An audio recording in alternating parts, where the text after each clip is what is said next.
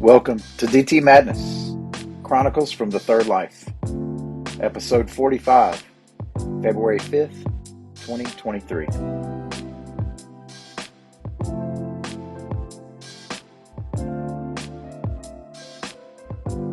So glad you could make it.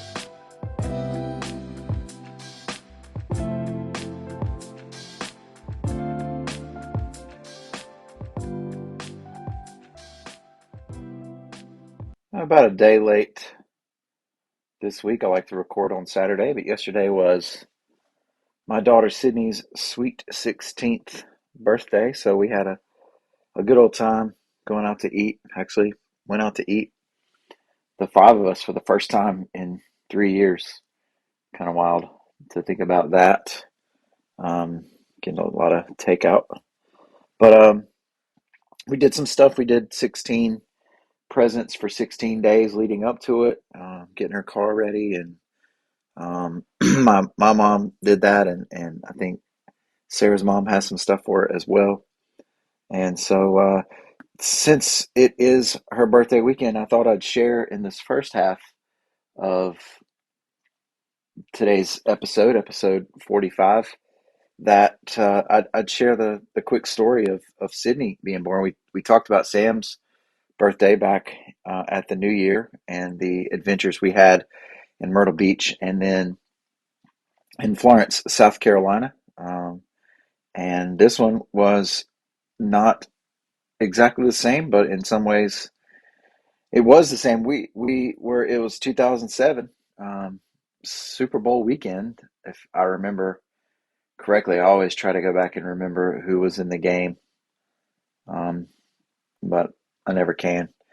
But we were back in Boiling Springs at this point, and I was teaching at Crest High School for a couple of years, and we were headed down to the Cracker Barrel in Gaffney, and the day was a Saturday, Saturday, February 3rd, and we were going to have a baby shower that day. Sid was due, what, 5 weeks later, 4 weeks later. Um, And so we were going to have the baby shower, and it was going to be great. And Sarah's friends were all coming down and all that kind of stuff. And as we got to the Cracker Barrel and stepped out of our brand new green minivan, Dodge, what was that? I'm such a Toyota guy now, I can't even remember. The Dodge Caravan, that's what it was. Brand new, since we were going to have two kids to put around. Sarah stepped out the van and her water broke. And she called up the nurse, and the nurse was like, well, sometimes it could be just a little bit of a bladder thing if the baby kicks your bladder. And she's like, oh yeah, this is not just a little bit. And so they said, all right, well, come on in to the hospital. And so, I mean, come on, man. Like, there's this chicken tender sandwich at Cracker Barrel, that the grilled chicken tenders, and it's got the bacon, like the Cracker Barrel bacon. You know what I'm saying? Which they know how to do it. It's got Colby cheese. It's on this Texas toast type stuff. These big giant French fries, steak fries that come with it. They're honey mustard. Man, I was looking forward to that for lunch. And instead, now we got to drive through Burger King. And so I guess I'll let that one slide. I mean, it's been 16 years now. Maybe it's time for me to let it go. Um, but anyway, we get back and we drop Sam off at my mom's house. Sam is two, or had just turned three. And so he was a 3-year-old little curly headed little dude. And so we dropped him off at my mom's house and then went on into the hospital. Now, we had gotten this magnet, we got this magnet to put on our refrigerator with the stork on it and all those kinds of things, that says, all right, call this number and just, you can come straight to the brand new baby wing. You don't have to go through the ER. You don't have to do any kind of thing. If you're coming in to have a baby, come straight to the uh, the ward there. And so we're ready to do that. And we got there, and it was still under construction. And I just don't understand, why do you send those magnets out, if the place isn't ready yet? But it wasn't ready. And so we ended up having to go in through the ER. This is February, Saturday in February. And so, of course, the ER is just absolutely packed. We go up to the desk, and there's this guy that is in front of us who's holding a t-shirt over his nose, and he's holding the t-shirt over his nose, and he's talking like this, so you can't and so the nurse just says, all right, you got to take the shirt off of your face so that I can understand what you're talking about. He takes the shirt off his face, and he's just bleeding profusely and he had a saw blade, a piece of a saw blade. I don't know, stuck in his nose. And she's like, "Oh yeah, okay, you can put the shirt back on." So they're going to put the shirt back on. And anyway, we move on, and all right, we're up. Okay, my wife, her water broke. We're having a baby. Okay, somebody's coming to get you. And I politely ask, "Can we wait on the other side of the emergency room so that we're not in here with all these sick people?" And they said that was fine. And we wait for, I don't know how long. It was too long. So I went back into the ER at the ER desk and said, "Hey, my wife, she's having the baby, and um, can is somebody coming?" "Oh, they haven't come to get you yet." Well, no, that's why I'm, yeah, back over here. So anyway, they come back, and finally the guy comes walking down the wheelchair. It's just me and Sarah in the hallway. Sarah obviously pregnant, and he's making jokes about, "Oh, you must be the." I'm not in the. I don't need the. I don't need the jokes at this time. Okay, I don't need the jokes, but anyway, we finally get settled in. We get settled in Cleveland Regional or whatever it's called now, and all the people come to the hospital room. All the people that were there for the baby shower come, and they're there in the hospital room. And so we had the baby shower. Whew, and man, that was just a lot of things going on. I'm, over in the side playing this little blue handheld Tetris game that we had. I mean, we wore that thing out, and so it doesn't even work anymore. I still have it, but it doesn't work anymore. But I'm doing that, just kind of shielding myself, from all the madness, because I needed a little bit of space in those stressful type situations. But and Sam, like, they've got this stuff called the puppy chow. Some people call it like white trash. I don't know, reindeer food, something like that. It's that, I don't know what cereal it is. It's whatever. It's got all that powdered sugar on it.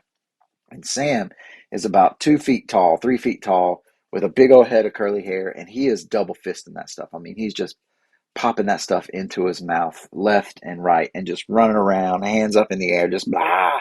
It is just a madhouse for sure. So we do all that, and all that's fine. We watch the state beat Carolina in basketball that day, which was a good thing. Anytime Carolina loses, as they did to the Dukies last night, and so we're just doing all this stuff, hanging out. Sarah's bouncing on bouncy balls and walking around, trying to speed, trying to get the labor going and all this kind of stuff. The nurses are great. And it gets later in the evening, and it gets to be about time for the anesthesiologist to come in. Sarah, we did the epidural with Sam, and she's going to do it again with Sid. And so they page the guy, and it's been like, I don't know, like 30 minutes, 45 minutes, an hour, and he hasn't even responded. Finally he gets there, however much later, and said that the batteries in his pager were dead. And I'm like, wow, you're you're important, you need to have your pager working. But anyway, he gets there and has to go first to an emergency appendectomy. I totally get that. No worries. As Bill Cosby says, women been having babies for, thousands and thousands of years without any types of drugs. And so anyway, finally he comes in. Now you've got to remember, if you want to go back and listen to the podcast, if you haven't, the one about Sam's birthday, it's the anesthesiologist there was just phenomenal. And Sarah was like, "You can come back anytime." Like, that was the experience we had with that anesthesiologist. And this one comes in. I just remember he had the hairiest arms I've ever seen. But anyway, he comes in, his phone's going off. He has the nurses holding his phone. He's looking back to the side, like his head is turned back to the left while he's prepping his gloves and while he's prepping the needle and all this kind of stuff. never once mentions Sarah by name, just looks at her chart, and then proceeds to inject Sarah with the epidural. And Sarah's like, ah! And he's like, oh, is that on the left or on the right? She's like, it's on the left. So he missed, and then he missed again. He did it again. And then finally on the third time, he finally got it in and everything was working great. And man, I went to the desk and I was like, I would like to file a complaint against this guy. And they hand me this, like, let's just say it was what, 8 inches thick of a binder full of papers that I would have to fill out. And I was like, well, I don't want to fill it out that bad, which is how they get you with the bureaucracy, right? But so I walked back, just furious. We didn't have to deal with that guy anymore, thankfully, and that was great. So there we are in the hospital Saturday night. My dad's there, always uh, uh, hoping that we'll hurry up and get on with it. Sam took us till 2 in the morning, of course, but it's around midnight, and maybe a little bit before. Yeah, it was right around midnight, and it wasn't time. I just want to emphasize that it wasn't time. If you've had a baby in the hospital, or if you've been there for one, or if you do at some point, then I suspect you'll realize that the nurses do most of the work, like 90 more percent of the work. The nurses are there, they're checking, they're monitoring, they're comforting, they're checking again, and all this kind of stuff. And then when it's time, they let the doctor know, and then the doctor comes in, crouches down with the face shield, and then grabs the rope, so to speak. And so so it wasn't time. I just want you to understand that. And we were in Boiling Springs, and Sarah had gone to our favorite doctor was Dr. Herring. She was everybody's favorite doctor at the time, but one of her kids, those kids who would eventually be in my classroom years later. But one of her kids was sick that night. She had to stay home with the kid because her husband was also a doctor of some sort, and he was on duty. And so there was going to be a different doctor. Now, we had gone to every single doctor. We had seen every single doctor, both at the Boiling Springs office and in the Shelby office, just in case that was the situation, so that we would be comfortable with um, with the doctor that came in. And so it wasn't going to be any of those doctors, though. It was a brand new doctor. It was a doctor named Dr. Chamberlain. So Dr. Chamberlain comes in with his green scrubs on and, whatever, shoes, but a Notre Dame hooded sweatshirt. He had on a Notre Dame hooded sweatshirt. And so, I've been thinking about Our Lady and the presents that she came and brought to us that night this week. I've been thinking about it. And so he comes in just because he wanted to get to know Sarah a little bit, to have a few conversations with her before, if he was going to be the one delivering her baby. That's why he came in, not because it was time. Have I said that? And so he's there, and they're joking around, of course. And you know what? Sydney's the heart rate monitor, it stopped registering. And so um, they they did some things and moved some stuff around. They're like, okay, well, you've got to push this baby out. And it was a hectic situation. I mean, it was just a crazy situation. And Sarah eventually pushed Sydney out um, without having a contraction. Sydney comes out. They get rid of the cord and all that kind of stuff. I didn't cut it this time. The doctor cuts it right away.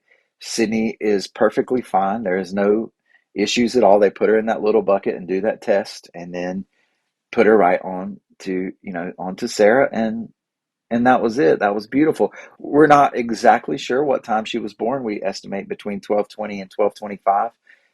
Early morning, February 4th, um, because it was a wild situation, and the doctor came in when it wasn't time with his Notre Dame hooded sweatshirt to be there for the birth of our sweetness. And you can call it what you want, you can think what you want, and that's all good.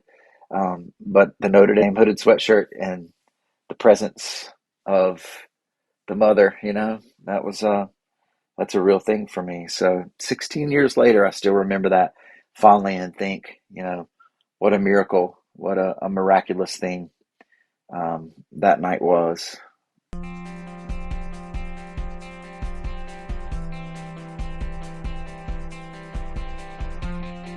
Well, I do have a bit of a handyman update for you.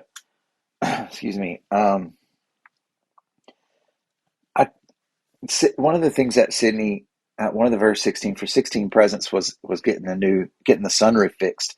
The sunroof on Stella Blue, the old blue 2011 Camry, um, it stopped working because I told you this I think before, the drains had clogged up, and so it was leaking and a lot of water was getting in, and so um, at first I wanted just to make sure. People always say to check the fuses. Everybody I've talked to says it's really never the fuses. They always check the fuses first, but I did. I checked the fuses, and look, to get up underneath to find the fuses for this thing, my dad has always told me to keep my butt behind me, but it was just not a possible situation. The way I was contorted and having to reach up under there with that little grabber tool to get the fuse out, and I definitely have strained my abdomen muscle doing that. And so I think it's finally recovered. So there was that kind of thing. Um, we got a new roof. We had some hail damage on our roof, and so we got an insurance claim, $500 deductible, and they were able to put the new roof on this past Friday. So that's pretty sweet. And my outbuilding that my dad built, the roof in it is leaking, and that's where I keep a lot of the wood for our outdoor campfires. And so I put a new roof on it, which consisted of putting a tarp on top and then laying a bunch of boards across. And I felt pretty good about that. And it worked too because the wood is now dry. I know that's a short term solution. We'll see how short term it ends up being for me. And then I went in to get a piece of the wood to burn at a fire that we were having when my friend Matthew was coming down to see me. His birthday is the January 26th and mine was the 28th. And so we got together to celebrate and drain a few hop waters. Um, and I got this nasty splinter, man. Like, I don't know. It was at least 2 inches in diameter, maybe. And it went all up into my thumb, and it was deep in there. And it was on my right thumb. So me personally, I can't use the tweezers or a needle or a knife or anything like that to really get at it because of the way I had to hold my hand, the way I had to. I'm just like, this is not a good thing. So finally, after I'm picking at it for a long time, Matthew says, "Okay, let me get it," and he gets his pocket knife and he's working on it, and he can kind of flick it up and get it to the surface, but then can't also grab it at the same time. So he calls in Sarah for reinforcements, and Sarah. Now listen, you have to understand. Here I am trying to lay my hand out to where my thumb is face up and also to where they can have light to look at it and then also do their minor surgery on my thumb. And it's a crazy way to hold my arm. They obviously don't feel the pain. They're just the ones stabbing the thing. But I held it together pretty well. My kid, Sydney and Isaac are over there just laughing their heads off, videoing me and taking pictures of the whole thing. But because Matthew and Sarah both, as they lean in to stab my thumb and try to take this big boulder out, this big log out of my thumb, they both take their glasses off. And I don't know. I'm not a glasses guy, although I am going to go to the eye doctor. I'm going to go. Um, wow, yeah, that was the thing, and that they got that out, but that was something. I, I got a little bit of this is a big halftime today. Gardner Webb University has a new Starbucks in their student center, and they've been trying to promote that it's a thing that the public can come to. And I got some Starbucks gift cards. I'm a Hannah's Coffee Shop guy. But I got some Starbucks gift cards for Christmas and birthdays and such as that. So I take the Starbucks gift cards over there after school one day, and I'm going to get a coffee for me and Sid, a chai and all that. And so you have to park in the parking lot, LYCC, walk, I don't know, a couple hundred yards to get down to the Starbucks. I get down there. Students are working it. It's great. All right, let me get this and let me get that. They're like, okay, it'll be $7. And I say, here's my gift card. And they're like, oh, we can't do gift cards. And of course I do the dad kind of response of, well, you this is a Starbucks, right? This is a Starbucks gift card. We don't have that software yet. And I'm like, all right then. Well, I didn't have my wallet with me because I had Starbucks gift cards. So I walk all the way back out to my car, get my card, pull it, get it, pull it, walk it all the way back, get down there. They got my drinks made, and I'm like, okay, here's my money. And she's like, oh, well, we don't know how to do a refund.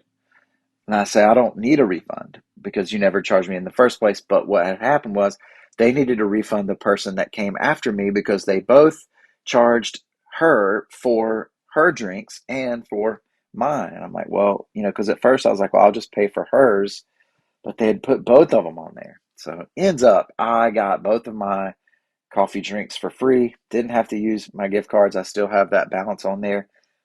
But yeah, that'll be the one time that I went to the Starbucks at Gardner Webb. Final one here is just a question for you that my friend and constant listener, consistent listener, has posed here, and that is, and this is for the males, I guess, although it isn't.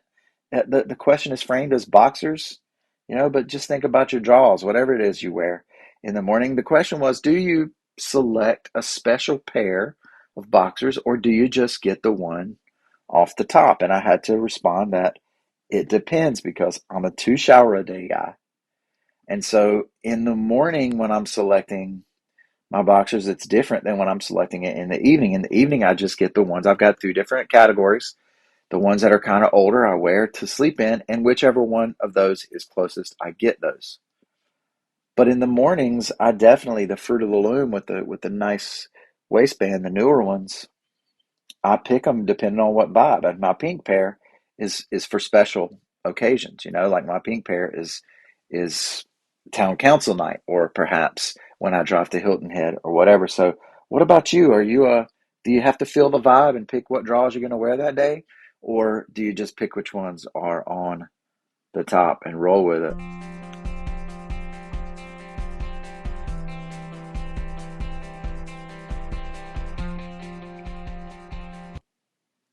Well, one of the things that I'm working on in with my counselor, my therapist, is beginning to identify the things that I feel, the emotions that I feel. Apparently, I have not really allowed myself to feel those emotions for many, many, many years.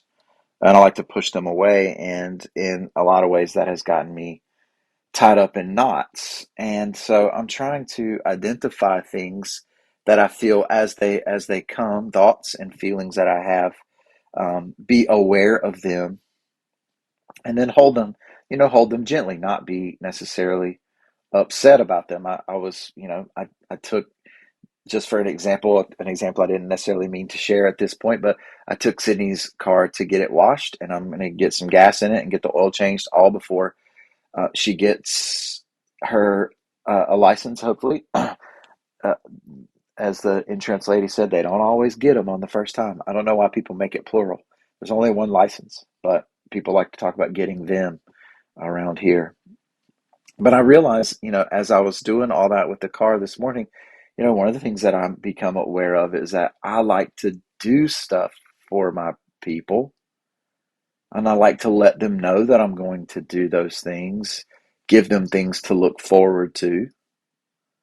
And in a lot of that, it is that I want them to be comforted. I like to be, generous and thoughtful, and all that is fantastic. All that is wonderful.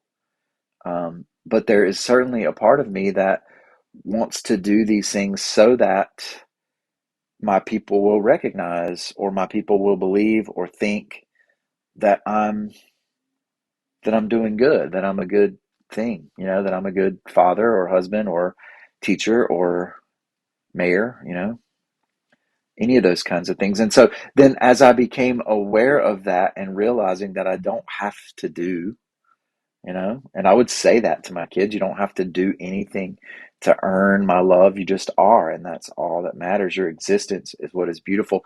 And I want to believe that about myself.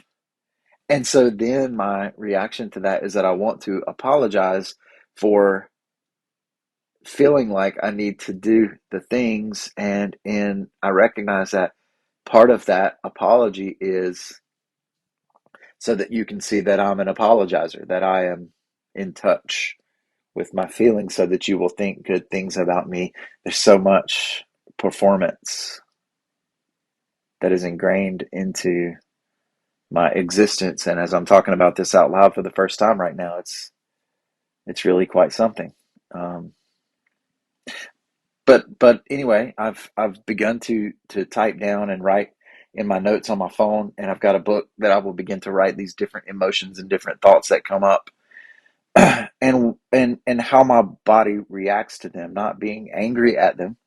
Um, I'm reading this book called Radical Acceptance by Tara Brach, PhD, and she's talking about the Buddha, and there's this kind of the god of darkness, I guess, like Mara, I believe. Mara is the word. I may be getting that wrong. I'm sorry. I'll correct that if on the next episode if I am. But it's interesting because even as Siddhartha Gautama was sitting under the Bodhi tree and gaining the enlightenment, um, in this long wilderness journey that he was in, this god of darkness kind of comes to him and offers him all these really good things that he should take and all of these temptations, but the Buddha rejects. And that's interesting if you've ever heard a story similar to that. But one of the things that's striking to me is that you know the Buddha has an assistant, Anand, I can't remember, Anandi maybe.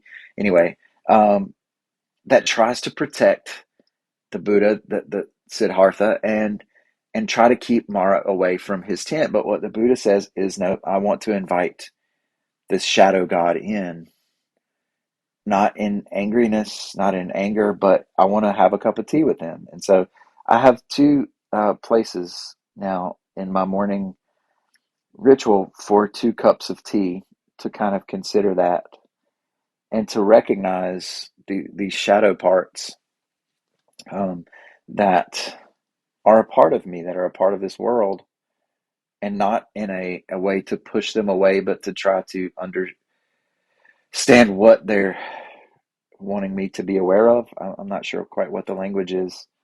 But anyway, I'm kind of making this into 3 parts today.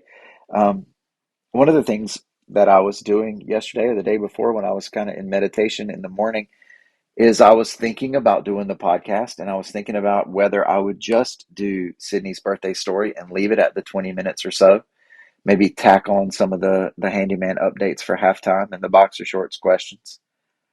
And did I really want to get into this second part? Because if I get into the second part, it may be 40 minutes, it may be 50 minutes, and I actually have a physiological response to wondering and worrying about whether or not people will want to listen for that long.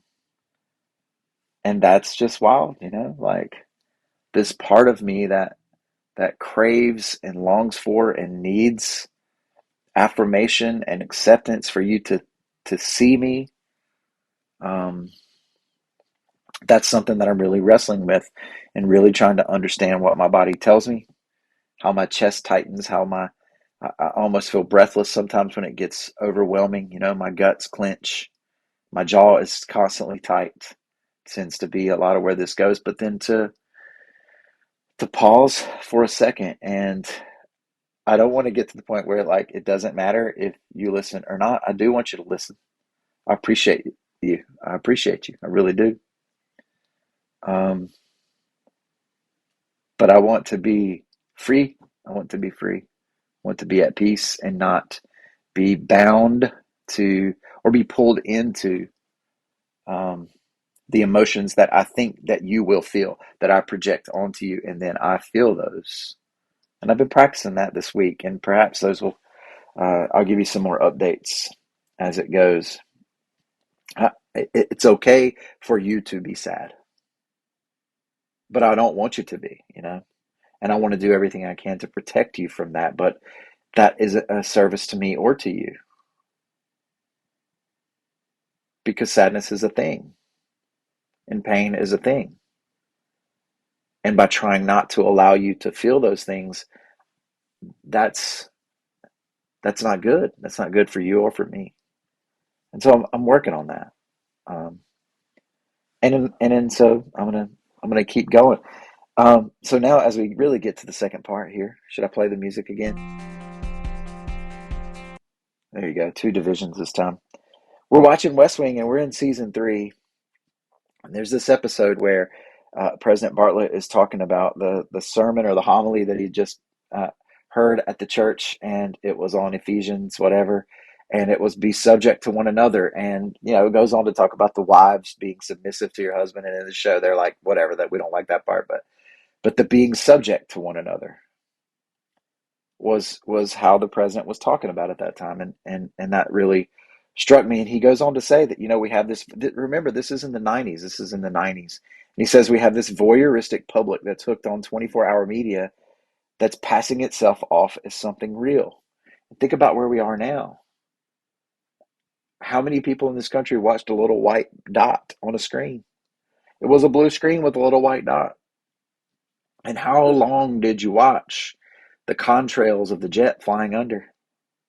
I'm not saying those things aren't real things, but how powerful is our social media and our politicians who know how to make a soundbite, and then that soundbite gets transmitted to millions and millions and millions of people, and then continued on, and then people feel as if they are in power because they know the lines of the script.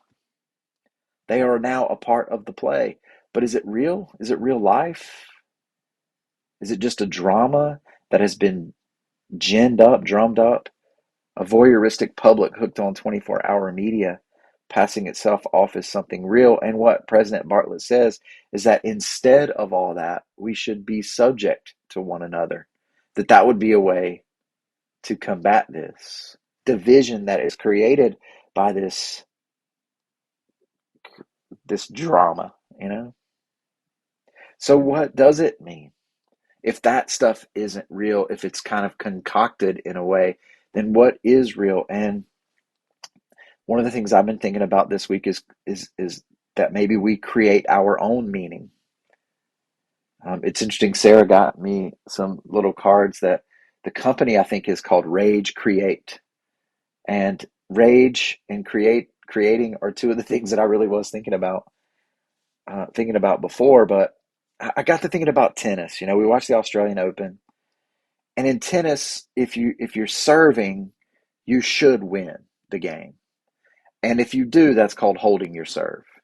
But if you lose your serve, then that's called being broken. Your serve was broken. And so you can be down a break. And if you get down a break, then how do you respond? And the only way to respond is to hold your serve the next game. It's what you can do, it's what you can control. And so I took this to the students and talked about this because we've had quite a bit of stressful situations at the schoolhouse over the past couple of weeks. And I mean, we've had quite a couple of stressful years with it all. And so I'm trying to communicate with the students, and I'm asking them, how do you respond? What does it mean to be down a break?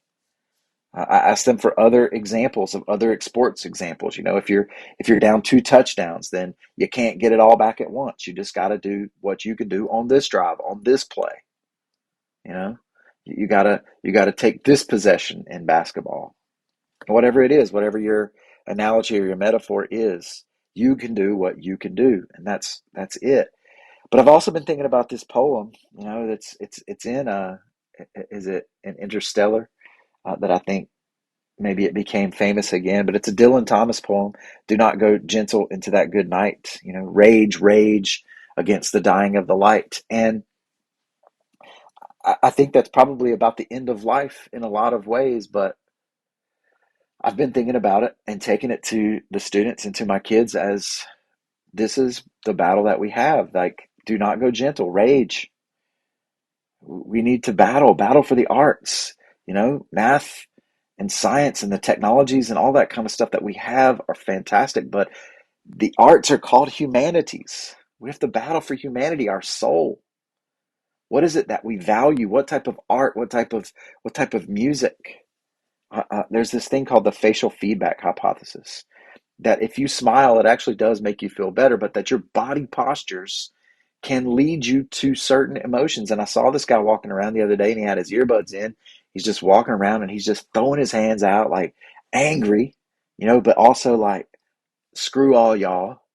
I got this kind of thing. And I've listened to those lyrics. I know what types of songs those are. And I know that that's important sometimes for you to hold your head up and to think that you've got this, even if anybody else doesn't have your back, whatever. I'm not judging that particular moment. I'm just saying that art is impactful. It means something. The things that we write, the things that we read, the things that we listen to, the things that we watch. And if those things become meaningless and trite, if they become empty and dull, if they're not challenging, if they're not provocative, we need to battle for those things. We need to rage against the people who are trying to make it dark.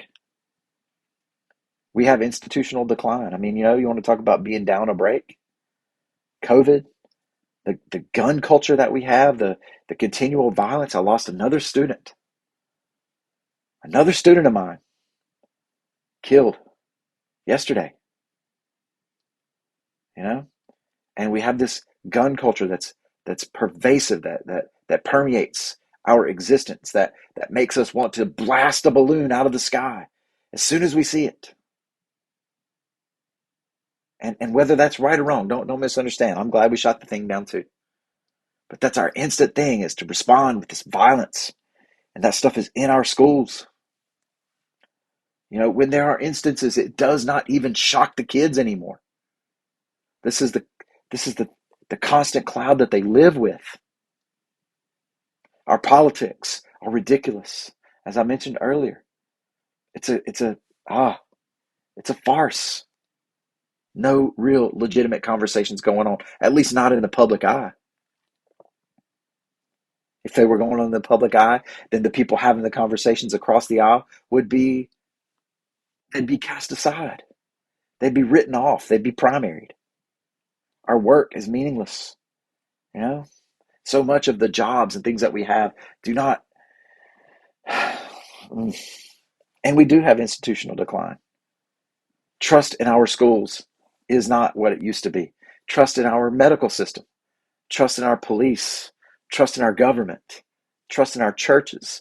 All of those things are in decline, in rapid decline. And I'm not saying that's not justified. It's not just the meaninglessness that comes with the culture or with the kids today. Like, these institutions have failed us, and we better figure out how to begin to rebuild them. So anyway, I take all that to the students and ask them. I put up Maslow's hierarchy. Abraham Maslow was a humanist psychologist. He has a hierarchy that basically says, at the bottom, if you don't meet your physiological needs, if you don't have food and air and water, you don't really care about any other things. You can't really worry about safety. You can't really consider belongingness or esteem or whatever. But at the top is self-actualization, and in some cases, at the top is transcendence. I don't even know quite what that means for Maslow. But reaching your full potential, which is what we want for our students, is what we want for ourselves, is what we want. It's what we desire. That's the thing. Like, that's what we're doing here, right? That's our journey here on earth, is to become more fully human and to see each other that way. And so we talk about how, physiological needs, maybe those are mostly met for most of our students, not for all of them. But then safety. And if we've got this pervasive violence in the atmosphere, then how am I going to convince you to learn about the humanities? How am I going to convince you that poetry is a real thing? The philosophy is worth pondering. That theology is a thing to study. But that next level up, belongingness and love. And so I asked them, who do you belong to? To whom do you belong? And we talked about the different types of groups that you could belong to. And you could think about that for yourself. How many groups do you belong to? Where do you find senses of belonging? Is it on the tennis team? Is it in your church choir? Is it in a civics club, or is it a fantasy football league? It could be so many different things. Family, gangs. And we talked about that belongingness. And I tried to point out that maybe how could we work it to where we belong to each other as a school? Like school spirit is maybe the way that we talk about that, but we don't really sense this sense of belonging. We don't really have this sense of belongingness as a school. People don't walk around saying, I'm proud to be a Crest Charger. At least not the majority of kids. It's just a humdrum, what are we doing here? And even if you're complaining, which a lot of my first period did, I was so glad they began to complain about all the things. And I said, yes, do this. Speak your voice. That's better than just retreating and not dealing and just like brushing this opportunity that you have aside, because that's what you have is an opportunity to learn, to become more human, to become more fully human. But this Maslow's hierarchy it's a pyramid, and it's a thing that you climb up. But at least for me, I'll take a couple steps and then fall back down, and sometimes I'll fall a long way back down. And then you got to regain your footing. And that's what we do in life. That's what I do. We keep trying to understand what it means to be real, you know? That's the word we use. What it means to be human. I want to know what it means to be able to feel sadness without the clutching, gripping, knots that come along, disguised perhaps as sadness, but really which are fear and anxiety. I want to find that self-actualization, but I want to find belongingness and love and esteem along the way, And I want to help you find it, but I don't want to find it for you. That's something.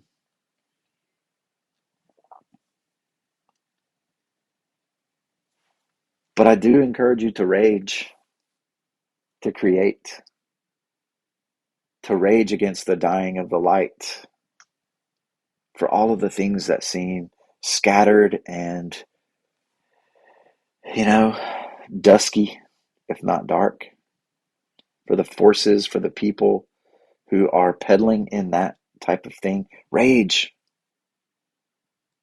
Create your meaning, create beauty, be the spark of light, even when it's so difficult. There's a lot of us out there.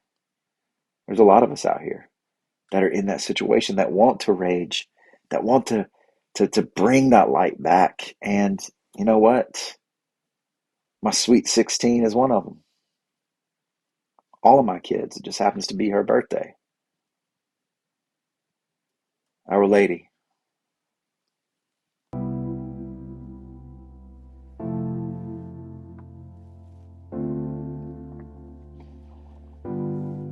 Well, this, of course, has been a Church of Six production.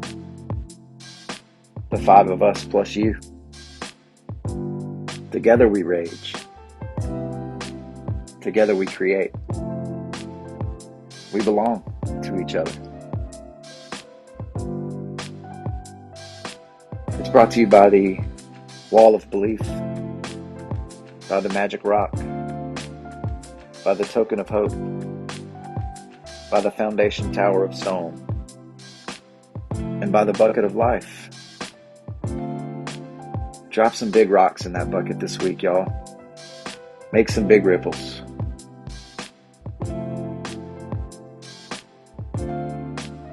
Nothing divine is desperate.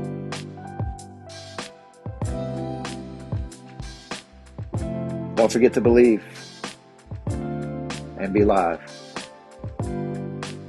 Peace, my friends.